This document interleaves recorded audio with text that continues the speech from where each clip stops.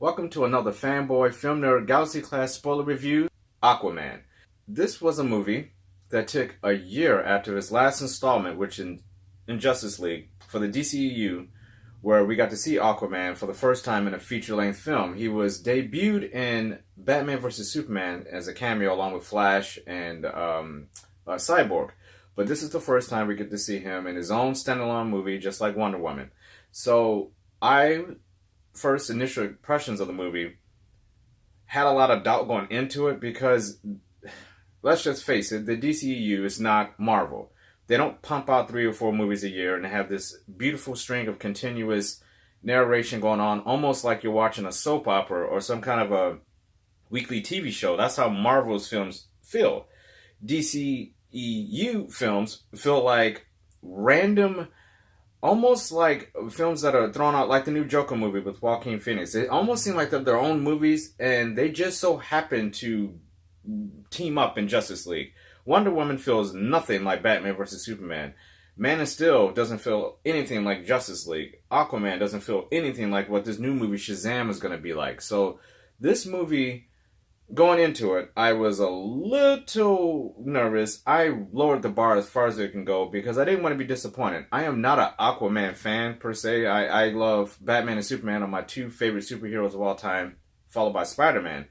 But just in this universe, I actually enjoyed Wonder Woman. I like Suicide Squad, which didn't get a lot of good feedback from people. I loved Batman vs. Superman, both cuts, the extended version and the theatrical cut. I love both of them.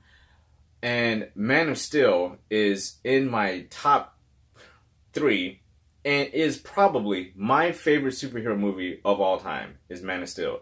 And I said in other reviews that up until Avengers came out and Spider-Man 2, X-Men United, all those were my favorites. For a long time, Spider-Man 2 is my favorite superhero movie of all time. Then when Avengers, the original Avengers came out, that was my favorite. But after seeing Man of Steel a few times, and I just fell in love with that movie, it is by far my favorite superhero movie of all time is Man of Steel.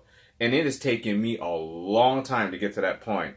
And it rivals ones like Black Panther is one of my favorites. It's in my top 3. And that original Avengers film is in my top 3. I just love them. Now, depending on my mood, I might go back and forth about some of those in the order. But I think I've solidified it. Man of Steel is my favorite superhero movie of all time. I think it's a fucking masterpiece. Unfortunately, I'm in the minority. Most people would say that they thought the movie was boring, and I can understand it. I can understand why. And that's one of the biggest flaws with the DC Expanded Universe, is that it is so fractured. The fans of this universe are not as united as the Marvel fans are. Give credit to Marvel. They pump out great films. I mean, if you wanted to give a movie to say, okay, that's the one that wasn't so good, you could say Iron Man 2 and Iron Man 3 maybe weren't so hot. If some people say Ant-Man and the Wasp wasn't so hot, but just take it into context. Compared to other superhero films, if you hadn't seen any of the other films, if all these other films hadn't been made and you saw Iron Man 2, you would think that was one of the best comic book movies you've ever seen. If you saw Iron Man 3, if none of these movies had been made, you would think Iron Man 3 was one of the best movies you've ever seen. Ant-Man and Wasp. You can't say that about the DCEU films. If none of these movies were made and Suicide Squad came out, you wouldn't say that's one of the best superhero, quote-unquote, my anti in that one, superhero films you've ever seen. You wouldn't say Justice League is one of the best superhero films you've ever seen. And some of these other ones have been made. You wouldn't say that. With Aquaman, I lowered the bar. I wanted to go into this movie fresh. I didn't go behind the scenes and watch all the little featurettes and all that stuff. I wanted to go in this thing raw. And I have to say, let's start with the cast. The cast is unbelievable. And, I mean, you're going down the board. You got Jason Momoa, obviously, as Arthur Curry, Aquaman. You have Amber Heard as Mera. You have Nicole Kidman as Aquaman's mother as Atlanna. You have Willem Dafoe as Vulko, his mentor, his trainer.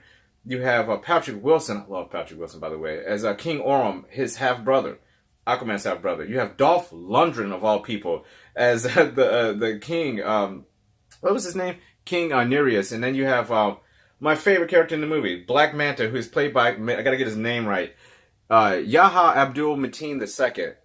Love this guy. We'll get into all these characters in a second. Let's roll through the cast. And we also have Tamir Morrison, who is known famously by playing Jango Fett in the Star Wars series, as Tom Curry, who is Arthur Curry's father. This movie is directed by James Wan.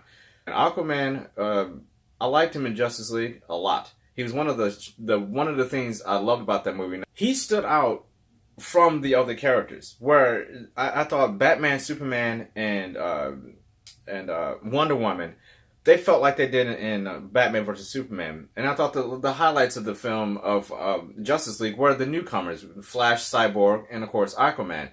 Aquaman just had a different feel. So you knew, once they announced he was going to have a film, you knew that it would be, in some ways, a lot different than some of the films we've seen, because he's from Atlantis and they're underwater. You knew that most of this film would be underwater, or at least we thought. Justice League bombed big time, so a lot of people who love these films were afraid that we would never even see an Aquaman film, that they would just cut it, because they pushed this film back all the way to a year after Justice League was out, which ended up being a very, very good move. It got that sour taste of Justice League out of everybody's mouths. Justice League is the lowest grossing film of this DCEU. Suicide Squad made more than Justice League. Just think about that. Suicide Squad made more than Justice League. Justice League has some of the most iconic characters. Forget superhero characters. Some of the most iconic characters globally around the world. You have Batman, Superman, Wonder Woman, Flash, Cyborg, and Aquaman in this movie. And it doesn't make enough money to even beat Suicide Squad. That is insane. So, yeah, I mean, let's not even get into the whole Jim Cavill mustache thing. The whole movie, Justice League, I actually like that movie. But I have to just take it with a grain of salt and be like, I'm just glad I got a Justice League movie, but it is a train wreck of a movie. It's just not good at all. It's starting to turn to a guilty pleasure movie to me. And I shouldn't say it's not good. It is good. It's just that the potential in that movie is just, you just want to choke someone over at Warner Brothers. What the fuck were you guys thinking? Aquaman in this movie, I felt like worked perfectly with this tone of the movie for his own type of movie, where we do not go into the real world at all in this movie. It's all underwater. Well, most of the movie is underwater, or has something to do with Atlantis. It's not about, saving the world or whatever. It's about a king, rightful owner of the throne in Aquaman, going against the sitting king, who is his half-brother. And these two duking it out to basically see who is the true ruler of Atlantis. So, and when you think about it, that's a very small, contained story, which, unlike Justice League, which is we're saving the world against Steppenwolf, sometimes smaller is better, right? So I like that. This movie actually works in that aspect of just keeping it simple story, not a huge plot holes in this one, because the plot is not needed for this movie to be good. This movie sits almost 2.5 hours long, and it felt like it. Certain movies like Infinity War, you're sitting there and I'm like, wow, this movie's over already? Give me more, please. This movie wasn't quite like that, but I thought all the Aquaman stuff in here, he's Aquaman. There's not really much to say about it. He's a badass Warner Brothers DCEU character. He works very well. Jason Momoa, liking this guy every single time I see him in something. He's just getting better and better and better every time he's out. And he has such a unique style and flavor on this character that it works in so many ways that the film actually, you start to feel like this version of Aquaman would not work if Jason Momoa wasn't playing Aquaman. If there was someone else playing Aquaman, I don't think this movie works. I think it only works because he's in it as Aquaman. And he's embraced the role. He physically looks the part. He's not your traditional Aquaman, suit-wise and whatever. But let's get into that suit. Not all suits translate over from like comic book page or some kind of other medium like a cartoon or a video game to the big screen. You look at the suit, like Wolverine's a perfect example. There's a reason why Wolverine never wore his yellow spandex on screen, because it would have looked fucking ridiculous on Hugh Jackman or any other character. It just would have looked dumb. I don't care how much you darken the suit up and made it just the way that suit looks, it would have looked stupid. So gladly they never did that.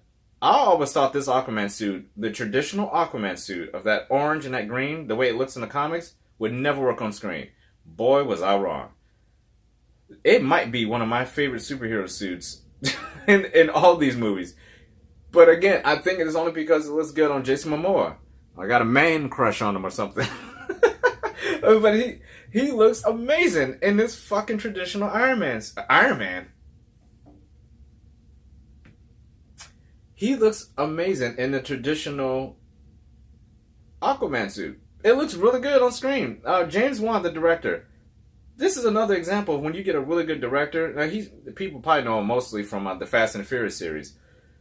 He was perfect for this style of movie. I would have never picked him to do a Superman movie or a Wonder Woman movie, but for Aquaman, a guy, the Dominic Toretto of the fucking DCU, yeah, well, fuck it, right? Let him do it. So, and I thought James Wan did a fairly good job. There are some things in here I'm going to talk about that he didn't do so well with, but as far as characters go, I thought he nailed it in this one. And he nailed it with Aquaman. I loved that they just said, fuck it, let's put him in the suit. He looks good. He looks good in that suit. Man crush on Jason Momoa as Aquaman all the fucking way. Amber Heard as Mera. The first time I saw her in the trailers, I actually thought, I'm like, did they put fucking Poison Ivy in this movie? She looks like Poison Ivy. Her red hair is vivid red.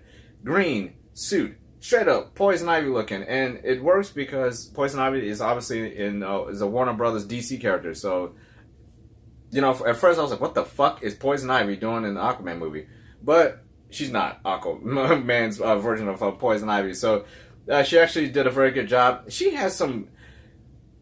I thought they could have done a little bit more with her. She's kind of your prototypical character. She's badass, no doubt about it. I mean, she throws down. She is off the chain in this movie. She's a perfect complement to Aquaman. I mean, if any woman is going to be Aquaman's woman, it's this Mera. I just thought they could have gave her a little bit more story-wise. She was almost the exposition machine in the movie. I mean, just every time... she had all the answers. She's one of those characters. Just whenever there's something pops up, she has all the answers. She's pounding them out. Exposition, exposition, exposition. We need to go over here. We need to go over there. We got to get the MacGuffin. We got to... It's like, wow! Can y'all please... She literally is only in the movie to serve as a hand-holding mechanism for the audience to get us to the next scene, because they made it very clear in this movie. They wanted Aquaman to not know shit about Atlantis, about the characters in this movie. He didn't know shit, and he didn't give a shit to know shit, and they didn't even hide that up. He clearly states in the movie several times, I don't want to be king. I don't give a flying fuck about your MacGuffins, or your plot points, or your kings, your half-brothers, and all that shit. He does not give a fuck. Pretty similar to how he was in Justice League when Batman showed up. He was like, fuck you, and walked off and got in the water and just took off. He's pretty much carried over to this. Now, this movie does take place after Justice League, and as far as the continuity is of Aquaman being in this universe, had you not seen Justice League or any other films and just saw this, you wouldn't even know that those other films existed. There's only one reference in this movie to anything that happens in all the other DCU films and Justice League, a movie he was in. There's one reference, and that's Steppenwolf. That's it. You're the guy who beat Steppenwolf. He's like, yeah, that's it. Which is smart. I mean, look, cut the ties with it. People are talking about them going in a different direction anyway. You got Wonder Woman 84 coming out next year. Wonder Woman 84 is probably not going to mention anything about Justice League because it happens before Justice League and Batman vs. Superman. Shazam, they have the bat signal in there, and they talk about maybe Henry Cavill making an appearance in it as Superman. Highly doubt that, since Warner Brothers has announced that Henry Cavill is out as Superman. So I highly doubt that's going to happen. So are they going to reboot this? And its Flash movie has been tabled again, the Flashpoint movie. Cyborg had a movie that was supposed to be out. They have canned that. That is not going to happen. So where are they going with this? Might as well cut the ties and make as much money as possible out of each one of these films. The solo films. They also, Warner Brothers has the one-shot Joker movie with Joaquin Phoenix in it. They have Birds of Prey with Harley Quinn coming out. And, I mean, they have a lot of Lobo coming out with Jared Leto as Lobo. I mean, they have a lot of other films they're focusing on. So this might be... They probably will make an Aquaman 2. Again, this happens... They don't have to reference that at all. They might just continue on with these characters. I'm pretty sure they'll make a trilogy out of Wonder Woman. They'll probably make a trilogy out of Aquaman. You'll probably get your Flashpoint movie where they will officially reboot everything. That's what I just think. And some of the other characters in the movie, obviously, you get into His half brother King Orm, played by Patrick Wilson, I thought he was great. He's always good. He's solid. Willem Dafoe was a highlight character in this movie as Aquaman's trainer. What's his name? Vulko.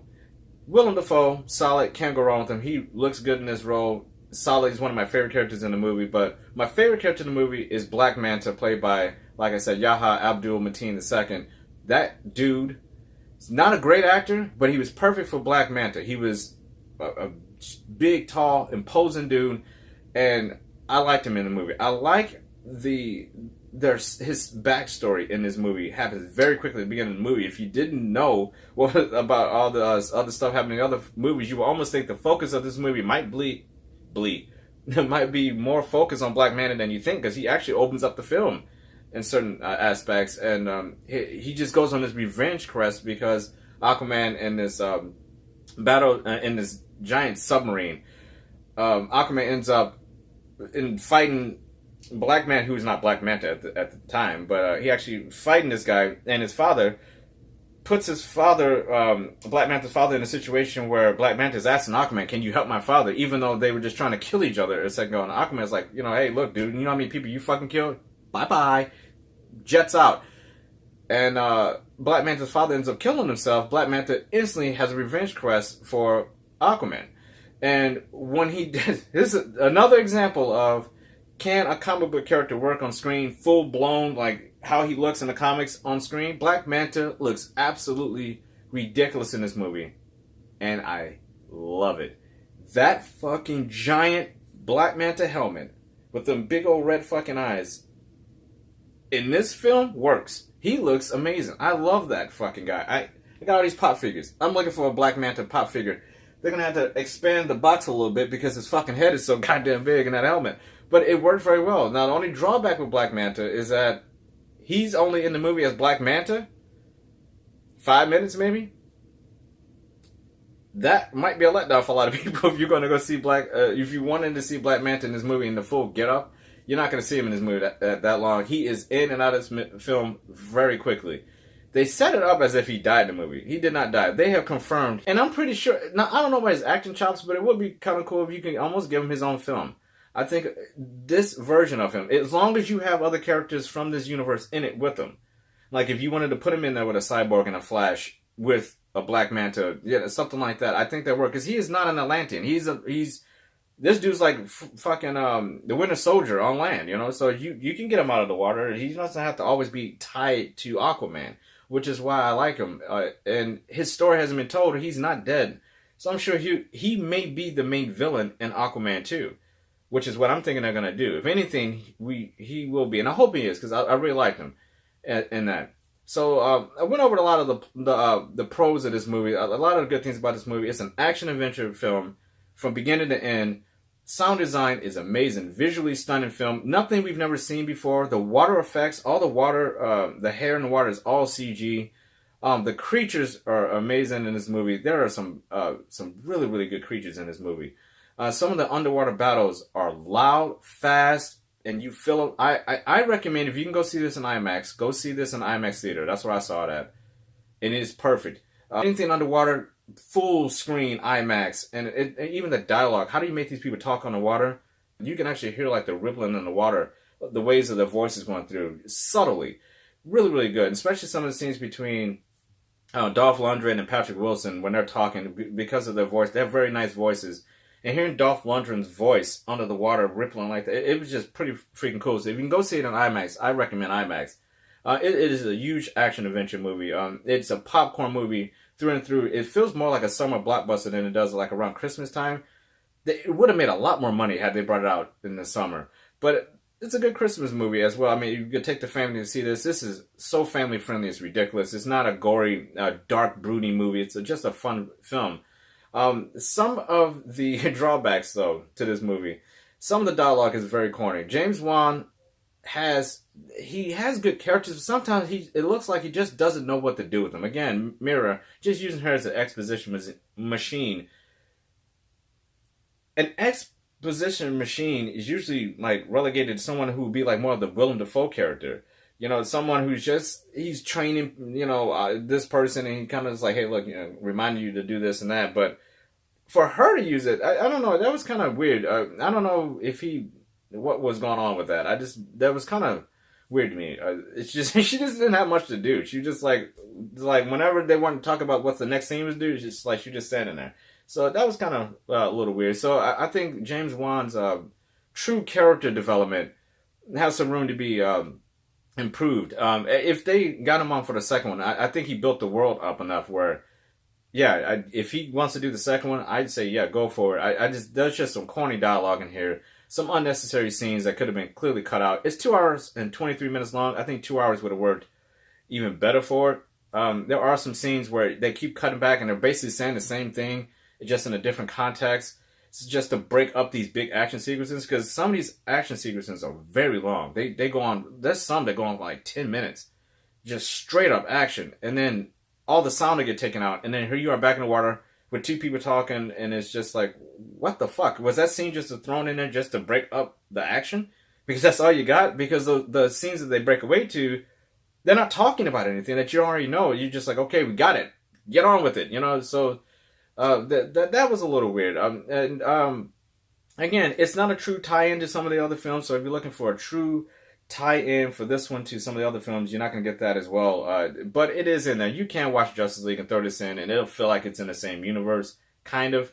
But it's its own movie. But it's no more its own movie than Wonder Woman was, which everybody liked that movie. So, or any different than Shazam or Lobo or any of these other movies, you better get used to them, because they're done with the Man of Steel, Batman vs. Superman, Justice League universe. That's gone. They're done with that. They're not doing it anymore. I mean, even Suicide Screw is coming out.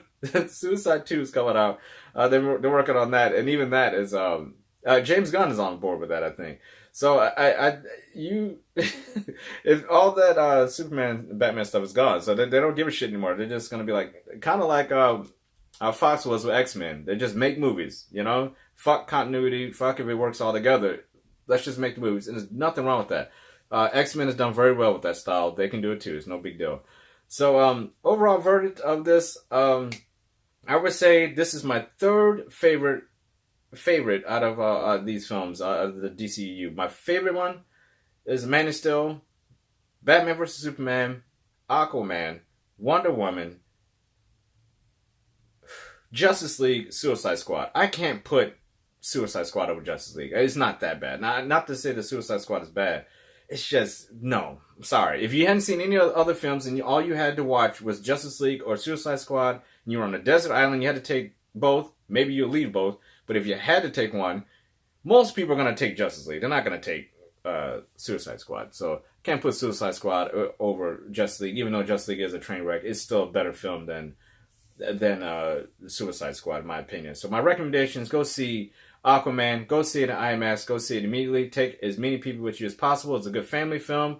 It's out around the holidays. It's going to be out for a while. We'll see how much legs it has in the box office to get it over the hump of being a true success, where some good's going to come out of it, and we get some more people backed up in this. Maybe we can get 3 Warner Brothers films, DCU films in a year like Marvel does. You know, because these are good characters and good films. They just need some consistency with them. And I just think coming off of Batman vs. Superman and Justice League, very divided films, and Suicide Squad, I just think this is a breath of fresh air with this Aquaman movie. It's different, it's fun, and I think it's worth it. Go out and check it out. That'll do it for this Fanboy Film Nerd Galaxy Class spoiler review. I'll see you guys on the next one. Take care.